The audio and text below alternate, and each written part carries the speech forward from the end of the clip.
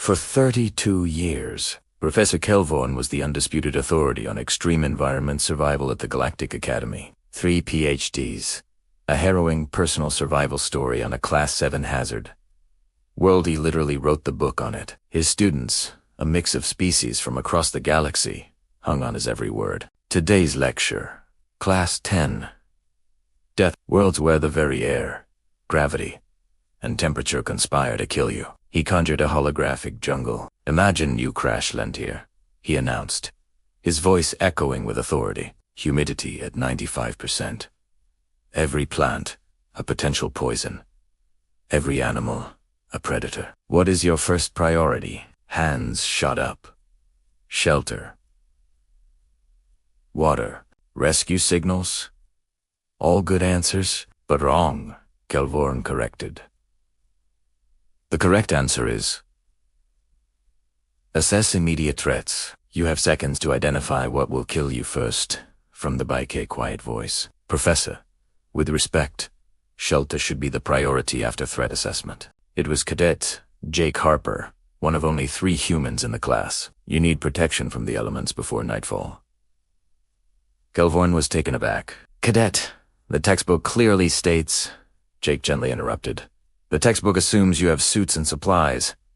What if you have nothing but your clothes and a knife? Then you would likely die, Kelvorn stated flatly. Or experience, Jake countered. A strange feeling settled over the professor. You speak from personal knowledge, Cadet. Jake nodded. I grew up on Earth, Professor. Spent my childhood camping in what you'd classify as Class 10 environments.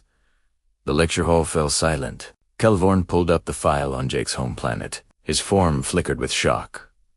Earth is Class 12. You're from a Class 12 Deathworld. Jake confirmed. Yes, sir. The Amazon rainforest. To be specific, Kelvorn's optical sensors scanned the data. 95% humidity.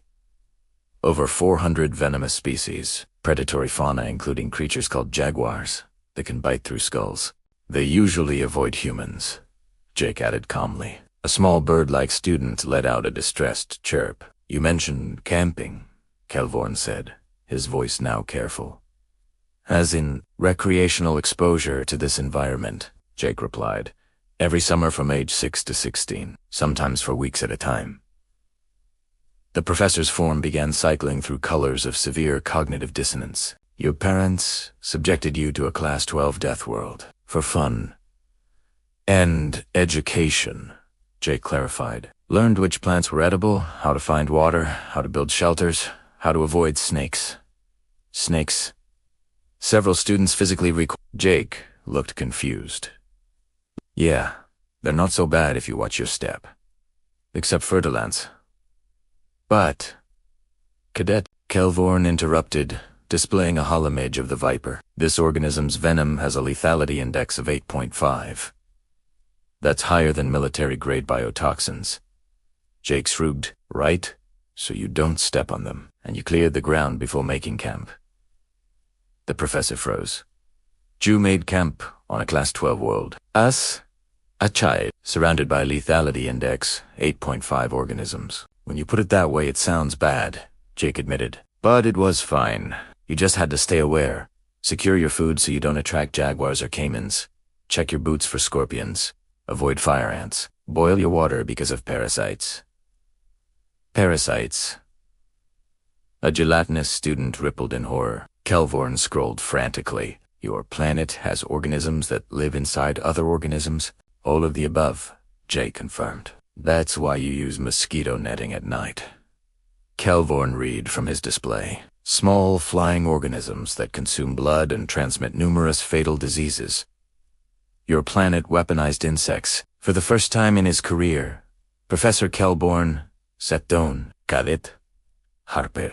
Everything I've been teaching for 3 decades, you learned as a child. For recreation, the student asked Jake. Why did you stop at 16? Oh, I joined the Expeditionary Force. Been doing planet surveys for the last 5 years. What classification? Kelvorn asked. Mostly Class 8 through 10, Jake said. Pretty tame compared to home. honestly. The professor pulled up Jake's service record. 5 years on hostile worlds.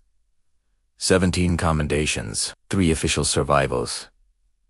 After equipment failure, 3 weeks ago, Kelvorn said, your team's atmospheric processor failed. The report says you kept them alive for 6 days, using improvised techniques. What did you do? Built a shelter, found water, identified edible plants, set up a basic perimeter. Standard stuff. Jake trailed off, noticing the entire class staring at him in disbelief. Standard, Kelvorn said, for a human raised on Earth. Legendary for anyone else. He made a decision on the spot. Cadet Harper, how would you like a teaching assistant position? By the next class, the lecture hall was packed. Jake, now a guest lecturer, was demonstrating how to weave palm fronds into a shelter. The key is working with the environment, not against it, he explained. A student asked about predators. You respect them, Jake said simply. They're just living their lives. You learn their patterns. Stay alert, and don't do anything stupid. Your anti-predator defense, Kelvorn repeated, is a stick. Jake smiled. It's more about the noise. Most animals will avoid you if they know you're there. He then recounted facing a mountain lion at age 14, scaring it off by making himself look big. The classroom was utterly silent. That night, Professor Kelvorn rewrote his entire curriculum. His instructor-esque guide now had a personal note. If you think you're teaching human students how to survive, you're wrong. They're teaching you. Listen to them. Jake Harper's casual tales of childhood camping trips became Academy legend. Proof that sometimes the most qualified expert isn't the one with the PhDs, but the one who called a Deathworld home. Thanks for watching, and be sure to subscribe for more stories like this.